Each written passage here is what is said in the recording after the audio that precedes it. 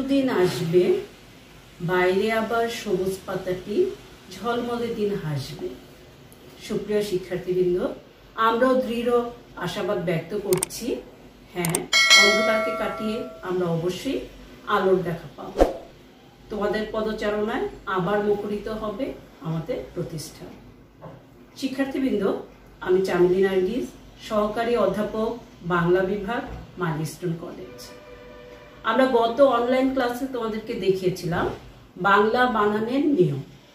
বাংলা বানানের নিয়মের যেই নিয়মের প্রশ্নগুলো, বর্ণনামূলক প্রশ্নগুলো আসে, আমরা সেই নিয়মগুলোই দেখেছিলাম।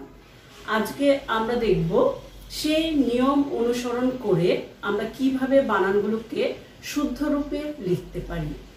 প্রথমত আমি বলছি যে শুদ্ধ রূপে কিভাবে লিখতে পারি, তার সাথে আরেকটি বিষয় সম্পর্কিত, সেটা হচ্ছে খাতায় কিভাবে উপস্থাপন করব। শিক্ষার্থীবৃন্দ, আমরা একটু বোর্ডের দিকে তাকাই। বোর্ডে দেখো, এটা প্রথমেই তোমরা 2 নম্বর প্রশ্নের উত্তর লিখে ক অথবা খ। আমরা সাধারণত জানি এটি শব্দ শুদ্ধিকরণ, বানান শুদ্ধিকরণটা খ নম্বরে আসে। তাহলে আমরা 2 নং প্রশ্নের উত্তর খ উপরে লিখে ঠিক এভাবে আমরা খাতায় লিখে নিব প্রদত্ত শব্দ। প্রদত্ত শব্দ লিখতে হবে কেন?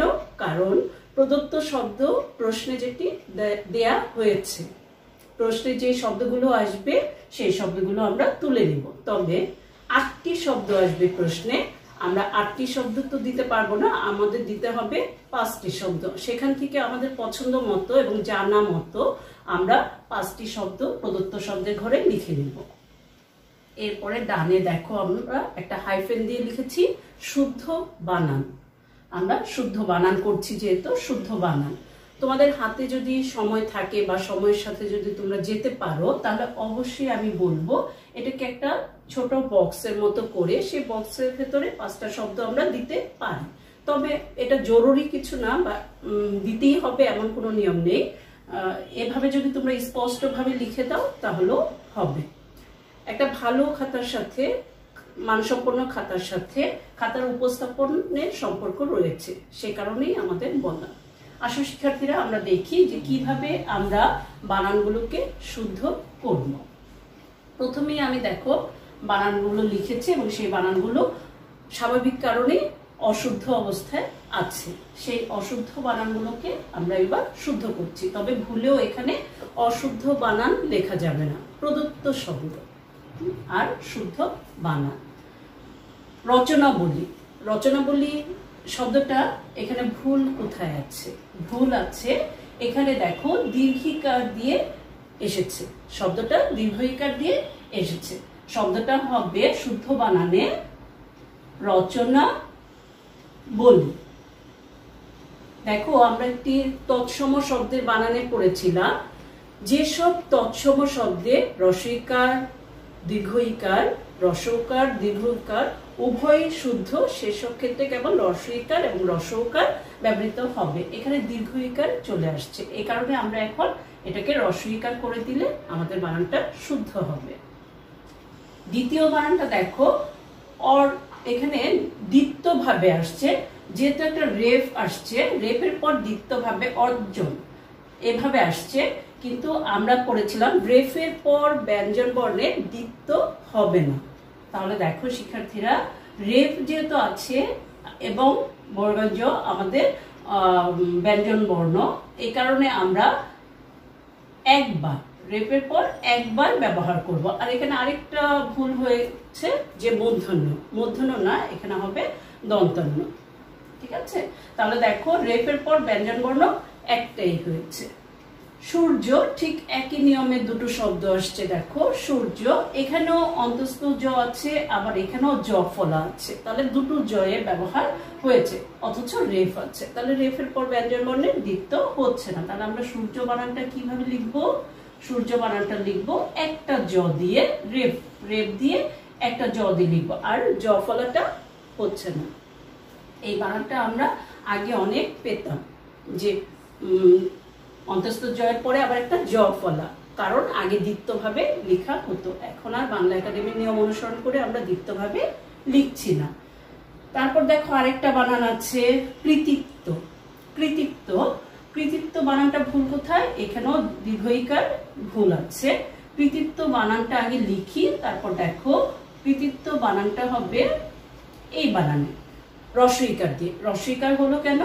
এখানে দেখো একটি নিয়ম যে ইন প্রত্যয়ন্ত শব্দের পরে, ইন প্রত্যয়ন্ত শব্দের পরে যদি তয় ব অথবা তা যুক্ত হয়, তয় ব অথবা তা, এখানে যুক্ত হয়েছে তয় ব।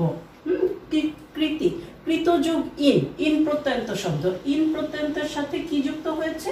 তয় ব যুক্ত হয়েছে। তাহলে তয় ব যেহেতু যুক্ত হয়েছে, তাহলে এখানে কি হয়ে যাবে? রস্বইকার ব্যবহৃত হবে। তাহলে এই দীর্ঘইকার দিয়ে যদি বানানটা আসে, আমরা কি করে দিব? রস্বইকার করে দিব। আরেকটা বানান লিখেছি দৈনতা। দৈনতা আসলে শব্দটাই নেই, দৈনতা শব্দের ব্যবহারই নেই। দৈনতা শব্দটা না হয়ে আমাদের এখানে দুটো শব্দ হতে পারে শুদ্ধ বানানে। একটা হচ্ছে দৈন,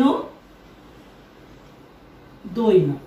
দৈনতা শব্দটা নেই শিক্ষার্থীরা, এখানে হবে দৈন, কিংবা আরেকটা বানানে আমরা লিখতে পারি এটাকে দীনতা।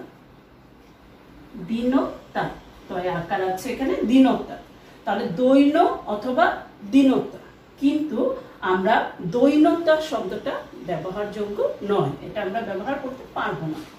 সঙ্গ, সঙ্গ অথবা সঙ্গী, যেটাই আমরা লিখতাম না কেন, দেখো সঙ্গ শব্দটা বা সঙ্গী শব্দটা এটা অনুস্বার দিয়ে লেখা হয়েছে এখানে।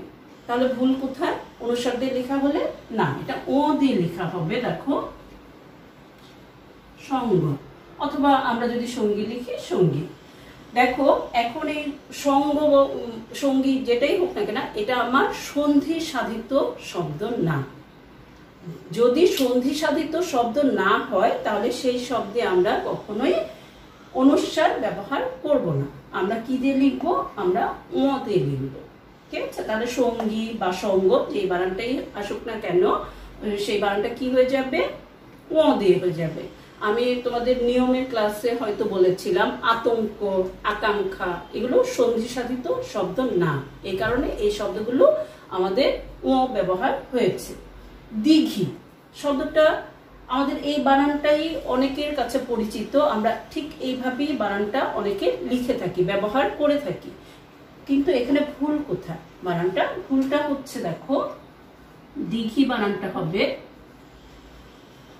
দয় রসিকার ঘয় রসিকার, দিঘি।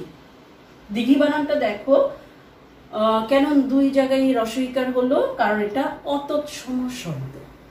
অতৎসম শব্দের ক্ষেত্রে তদ্ভব, দেশি, বিদেশি, মিশ্র, এই অতৎসম শব্দগুলোর ক্ষেত্রে কেবল রস্বইকার এবং রস্বকার ব্যবহৃত হয়। তাহলে এখানে আমাদের দীর্ঘইকার ব্যবহার করার কোনো সুযোগ নেই, এই কারণে আমাদের কি হয়ে যাচ্ছে শিক্ষার্থীরা? রস্বইকার ব্যবহৃত হচ্ছে। খেপা একটা শব্দ লিখেছি, দেখো খেপা শব্দটা এখানে ভুল কোথায়? খেপা, খেপা, খেপা বানানটাও কিন্তু আমরা এইভাবে অনেকে ব্যবহার করছি। খেপা শব্দটা হচ্ছে খ দিয়ে, খ দিয়ে বানানটা হচ্ছে খেপা। কেন খ দিয়ে হচ্ছে শিক্ষার্থীরা? এটাও অতৎসম শব্দ। আমরা জানি অতৎসম শব্দে এসে ক্ষীয়ের ব্যবহারটা খ হয়ে যায়। ক্ষীয় রূপ কি রূপে ব্যবহৃত হয়? খ রূপে ব্যবহৃত হয়। তাহলে আমরা যখন এটা তৎসম শব্দে পেয়েছিলাম, শিক্ষার্থীরা একটু এখানে খেয়াল করো, আমরা শব্দটা পেয়েছিলাম ক্ষিপ্ত, ক্ষিপ্ত, ঠিক আছে? ক্ষিপ্ত থেকে আমরা খেপা আসছি। খেপাটা কিন্তু অতৎসম শব্দ হয়ই না, তৎসম শব্দ হয়ই না, অতৎসম শব্দ। তাহলে অতৎসম শব্দে যেহেতু খেপা হয়, আর সংস্কৃত বা তৎসম শব্দে হয় ক্ষিপ্ত, সেখানে কিন্তু ক্ষীয়টা আছে, আর অতৎসম শব্দে এসে ক্ষীয়র ব্যবহারটা খ রূপে হচ্ছে। বোঝা যাচ্ছে শিক্ষার্থীরা? আমরা ক্ষুদ্র থেকে ক্ষুদে পড়েছিলাম। এখানে দেখো একটি শব্দ দেওয়া হয়েছে এসি, এসি। তো আমরা এখানে এ ব্যবহার না করে এ ব্যবহার করছি। এ কেন এখানে এ ব্যবহার করছি? আমরা কেন এ দিয়ে লিখছি না বানানটা? কারণ বানানটা এ দিয়ে লেখা হচ্ছে এই কারণে, বিদেশি শব্দগুলোতে সাধারণত এর ব্যবহার হয়। বিদেশি শব্দগুলোতে আমাদের কিসের ব্যবহার হচ্ছে? এর ব্যবহার হচ্ছে। যেমন আমরা যদি লিখি আরেকটি বিদেশি শব্দ দেখাচ্ছি তোমাদের। দেখো এখানে ক্যাসেট, ক্যাসেট। হ্যাঁ, এখানে খেয়াল করো ক্যাসেট। হ্যাঁ, এই ক্যাসেট শব্দটা বিদেশি শব্দ, ঠিক আছে? এই ক্যাসেট শব্দটা বিদেশি শব্দ। এই বিদেশি শব্দে আমাদের এ ব্যবহার হচ্ছে, যেমন করে বিদেশি শব্দে এ না বসে এ বসছে, ঠিক আছে? এ বসছে, ঠিক এরকম ভাবে এই যে এখানেও এর ব্যবহার হয়েছে। তাহলে বোঝা যাবে আমরা এ না বসে এটা বসাচ্ছি। এদিকে কিছু শব্দ আছে শিক্ষার্থীরা, একটু খেয়াল করো। পরিণাম, পরিণাম।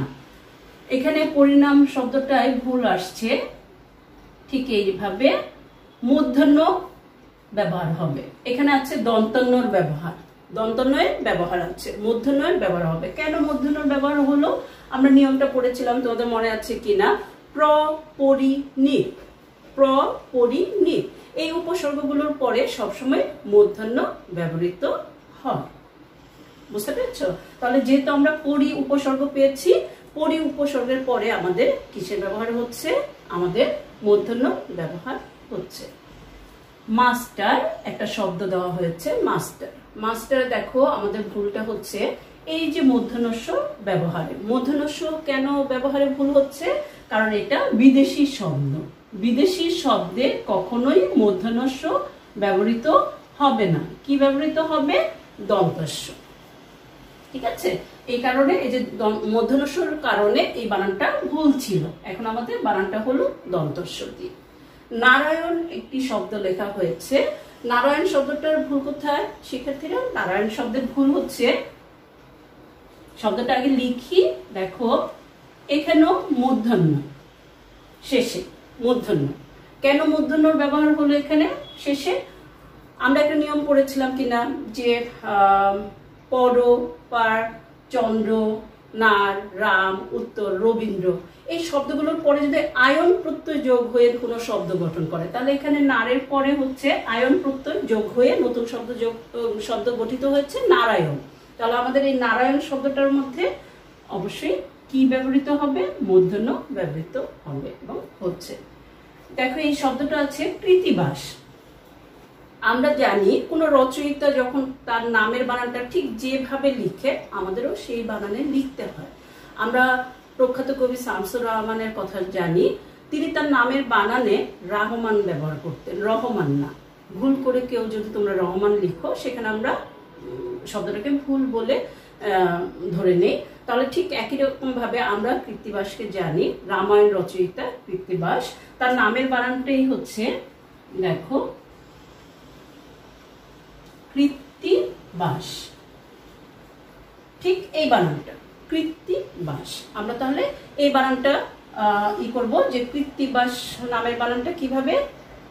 এই যে এভাবে, যেভাবে রচয়িতা তার নামের বানানটা লিখতেন। সুষমা, সুষমা বানানে ভুল আছে এই জায়গাটায়। দেখো আমি বানানটা ঠিক করছি, সুষমা, এই যে মূর্ধন্যস্ব, মূর্ধন্যস্বর ব্যবহার হয়েছে। মূর্ধন্যস্ব ব্যবহার হয়েছে কেন?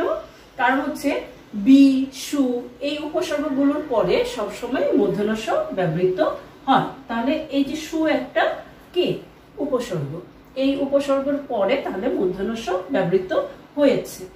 অগ্রণী, অগ্রণী বানানটা দেখো মূর্ধন্য দিয়ে হচ্ছে। মূর্ধন্য দিয়ে কেন হচ্ছে?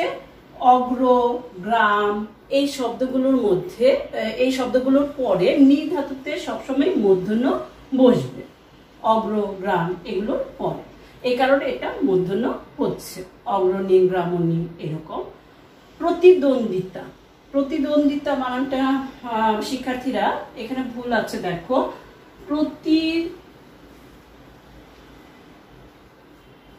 রসিকার দিয়ে হবে। কেন রসিকার দিয়ে হচ্ছে? আমরা যতক্ষণ পর্যন্ত প্রতিদ্বন্দ্বী লিখতাম ততক্ষণ পর্যন্ত দীর্ঘইকার ঠিক আছে, কিন্তু যখন এই ইন প্রত্যয়ান্ত শব্দের সাথে, এই যে এখানে একটা শব্দ দেখানো হয়েছে তোমাদের, ইন প্রত্যয়ান্ত শব্দের সাথে যখন তয় ব অথবা তা যুক্ত হয়, এখানে তয় ব হয়েছিল যুক্ত, আর এখানে তা যুক্ত হয়েছে। তাহলে এই যে তয় ব অথবা তা যুক্ত হলে তখন রস্বইকার ব্যবহৃত হয়। তাহলে শিক্ষার্থীরা খেয়াল করো, আমরা এখানে দীর্ঘইকার দিয়ে দিচ্ছি, তাহলে এটা ভুল। যখন প্রতিদ্বন্দ্বী থাকবে তখন দীর্ঘইকার, কারণ ইন প্রত্যয়ন্ত শব্দ দীর্ঘইকার, কিন্তু এর সাথে তা অথবা ত যুক্ত হলে সেখানে হ্রস্বইকার ব্যবহৃত হবে। এরকম প্রতিযোগিতা, সহযোগিতা, যখন আমরা প্রতিযোগী লিখব তখন দীর্ঘইকার, সহযোগী লিখব দীর্ঘইকার, যখন আমরা সহযোগিতা লিখব তখন হ্রস্বইকার, যখন প্রতিযোগিতা লিখব তখন হ্রস্বইকার। পরিষদ, দেখো একটা শব্দ, পরিষদ শব্দটা আমরা জানি রস্বইকারান্ত এবং রস্বকারান্ত উপসর্গের পর কতগুলো ধাতুতে স্বভাবতই মূর্ধন্য বসে। এখানে এই যে রস্বইকারান্ত উপসর্গ বসেছে, তাহলে এখানে আমাদের পরিষদ বানানটা কি হবে? মূর্ধন্য দিয়ে হবে। ঠিক একই রকম ভাবে আমরা যদি এই বানানটা পাই, এই বানানটাও আমাদের ভুল, যেহেতু রস্বকারান্ত উপসর্গ, তাহলে রস্বকারান্ত উপসর্গের পরেও আমরা কি করব শিক্ষার্থীরা? মূর্ধন্য ব্যবহার করব। অনুস্বর, বোঝা যাচ্ছে? তাহলে দেখো আমাদের বানানের অনেকগুলো নিয়ম, ওই যে আমরা বানানের নিয়মগুলো যে পড়ে ফেলেছি বা বানানের নিয়ম যে পড়ছি ওখান থেকেই কিন্তু আমরা বানানগুলো শুদ্ধ করতে পারছি। আরো কিছু শব্দ আছে, দেখো শিক্ষার্থীরা, দেখো আরো কিছু শব্দ আমরা একটু বানানটা দেখি। এখানে পোশাক শব্দ আছে, পোশাক শব্দটা এখানে ভুল আছে মূর্ধন্যতে। মূর্ধন্যতে ভুল কেন? আমরা জানি বিদেশি শব্দের বানানে কখনোই মূর্ধন্য ব্যবহৃত হয় না, আমরা এটা শব্দবিধানের নিয়মে পড়েছি। এই কারণে দেখো এটি একটি বিদেশি শব্দ পোশাক, এই কারণে পোশাক বানানটা আমাদের হবে, মূর্ধন্য ব্যবহারটা হবে না, আমাদের তালব্য দিয়ে বানানটা হচ্ছে পোশাক। ঠিক একই রকম ভাবে দুটো শব্দ, আপোষ, আপোষও হচ্ছে আমার কি শব্দ? আপোষ শব্দটাও দেখো, আপোষ শব্দটাও বিদেশি শব্দ। হ্যাঁ, তাহলে আমার আপোষ শব্দ তো মূর্ধন্য ব্যবহৃত হয়েছে, তাহলে মূর্ধন্য ব্যবহৃত হবে না। ঠিক আছে, এখানে আমরা তাহলে আপোষ শব্দটা কিভাবে লিখবো? দন্তস্ব দিয়ে লিখছি আপোষ। তাহলে দেখো পরের শব্দটা কালো, শব্দটার উচ্চারণটা আমরা কি করছি? দেখো কালো, ও কারান্ত দিয়ে উচ্চারণ করছি, ও এর মতো উচ্চারণ হচ্ছে। বাংলা একাডেমির নিয়ম অনুযায়ী বর্তমানে যে শব্দগুলো আমরা অয়ের উচ্চারণ ও এর মতো করছি সেগুলো বেশিরভাগ ক্ষেত্রেই ও কারান্ত দিয়ে লেখা হচ্ছে, ভালো, কালো, 11, 12 এই শব্দগুলো। তাহলে এখন দেখো আমরা কালো বানানটা এভাবে না লিখে আমরা কালো বানানটা যেহেতু ও এর মতো উচ্চারণ করছি আমরা ও এর মতোই লিখছি। ঠিক একই রকম ভাবে দেখো তো শিক্ষার্থীরা, আমরা আগে 12 বানানটা এরকম করে লিখতাম, তাই না? এখন লেখা হচ্ছে এভাবে, যেহেতু আমরা ওকার দিয়ে উচ্চারণ করছি এভাবে লেখা হচ্ছে। তাহলে আমরা দেখো যেগুলো ও এর মতো উচ্চারণ হচ্ছে বাংলা একাডেমির বেশিরভাগ ক্ষেত্রে সেগুলো ওকারান্ত দিয়ে লেখা হচ্ছে। মাসি, মাসি শব্দটা এই যে দীর্ঘইকার, দীর্ঘইকারের এখানে ভুলটা আছে কেন? স্ত্রীবাচক শব্দ আমরা জেনেছিলাম, স্ত্রীবাচক, জাতিবাচক এইসব বানানে সাধারণত হ্রস্বইকার ব্যবহৃত হবে। তাহলে মাসি বানানটা আমাদের কি হবে? হ্রস্বইকার দিয়ে হবে। মাসি, পিসি, মামি, চাচি এই শব্দগুলো। এখানে একটি বিষয় আছে যেটা তোমাদের জানা খুব দরকার, কি একটা দিয়েছি দীর্ঘইকার, একটা দিয়েছি হ্রস্বইকার। এটা দেখো বানান একটাও ভুল না, যে ভুল বানানের এখানে আমি দিয়েছি বলে আমি দেখানোর জন্য দিয়েছি যে কি কখন দীর্ঘইকার বসবে, কখন হ্রস্বইকার বসবে। প্রথম কি যেটা দীর্ঘইকার, সেই কিটা দেখো এই শব্দগুলো মধ্যে, এই পদগুলোর মধ্যে বসে সর্বনাম, বিশেষণ, যোজক, যোজক কিংবা ক্রিয়া বিশেষণ। ক্রিয়া বিশেষণ এই পদগুলোতে, ব্যাকরণিক শব্দগুলোতে আমাদের কি বসবে? দীর্ঘইকার দিয়ে কিটা বসবে।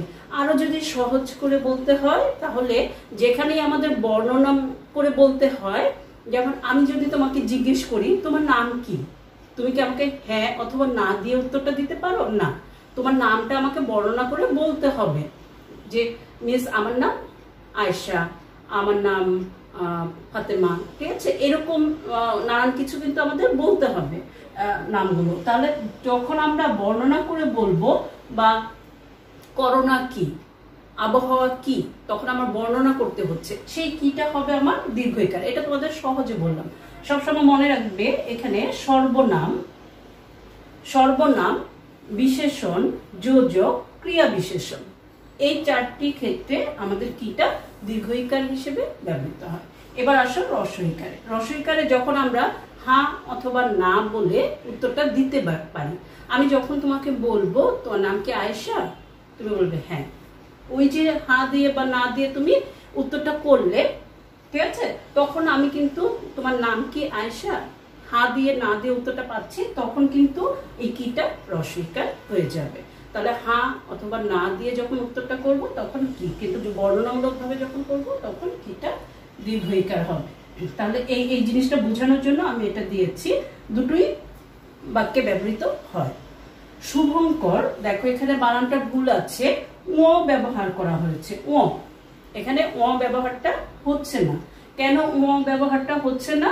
কারণ হচ্ছে ও এটা সন্ধি সাধিত শব্দ, আর আমরা পড়েছিলাম সন্ধির ক্ষেত্রে ক, খ, গ, ঘ পরে থাকলে তার পূর্বে ময়ের স্থানে অনুস্বার ব্যবহৃত হয়। তাহলে শুভঙ্করটা একটি সন্ধি সাধিত শব্দ, শুভম যোগ কর। এই যে দেখো পরে আছে ক আর তার আগে আছে ম, তাহলে ময়ের স্থানে আমাদের অনুস্বার হবে, ও না। ঠিক আছে, তাহলে আমরা একটু ঠিক করে যদি বানানটা লিখি তাহলে আমরা পাই অনুস্বার দিয়ে শুভম কর। বোঝা যাচ্ছে? এবার আসো করেন। করেন বানানটার মধ্যে দেখো একটা মূর্ধন্যর ব্যবহার হয়েছে। ক্রিয়াপদে কখনো মূর্ধন্য ব্যবহৃত হবে না, ক্রিয়াপদে সবসময় দন্ত ন। করেন একটা ক্রিয়াপদ, ধরেন, মারেন, এগুলো একটা ক্রিয়াপদ। তাহলে এই ক্রিয়াপদে কখনোই মূর্ধন্য ব্যবহৃত হবে না। তাহলে আমরা যখন করেন বানানটা লিখবো ঠিক করে, তখন আমাদের লিখতে হবে দন্ত ন দিয়ে। বোঝা যাচ্ছে শিক্ষার্থীরা? এভাবে দেখো আমি তোমাদেরকে একটি ক্লাসে কিছু বানান ঠিক করে দিলাম, ঠিক আছে, যে এই বানানগুলো ভুল কিভাবে আসে এবং আমাদের কিভাবে, তোমাদের আরো চর্চা করতে হবে, বাসায় চর্চা করতে হবে। আর সেই চর্চার পদ্ধতি হিসেবে আমরা আগের ক্লাসেও বলেছি, এখনো বলছি, তোমাদের বোর্ড কোশ্চেনগুলো দেখতে হবে। বোর্ড কোশ্চেনে যত বানানগুলো আসে সেই বানানগুলো তোমাদেরকে অবশ্যই সব নিয়ম মনে রাখতে না পারলেও তোমাদের সেই বানানগুলো মুখস্থ করে ফেলতে হবে। আর প্রত্যেকটা বানানের জন্য যে আলাদা আলাদা করে নিয়ম বইতে দেওয়া আছে তাও না, বুঝতে পেরেছ? অতএব তোমাদের বানানগুলোর উপায় হিসেবে অবশ্যই মুখস্থকে নিতে হবে, আর নিয়ম যেগুলো দেওয়া আছে সেগুলো তো অবশ্যই নিয়মগুলো পড়বে। শিক্ষার্থীরা বাসায় ভালো করে চর্চা করো, আমি আশা করছি, আমি একজন আশাবাদী মানুষ, আমি আশা করছি তোমরা অবশ্যই তোমাদের প্রস্তুতি ভালো রাখবে এবং তোমাদের পরীক্ষাগুলো ভালো হবে। সামনে তোমাদের পরীক্ষা, অবশ্যই তোমরা ভালো করবে।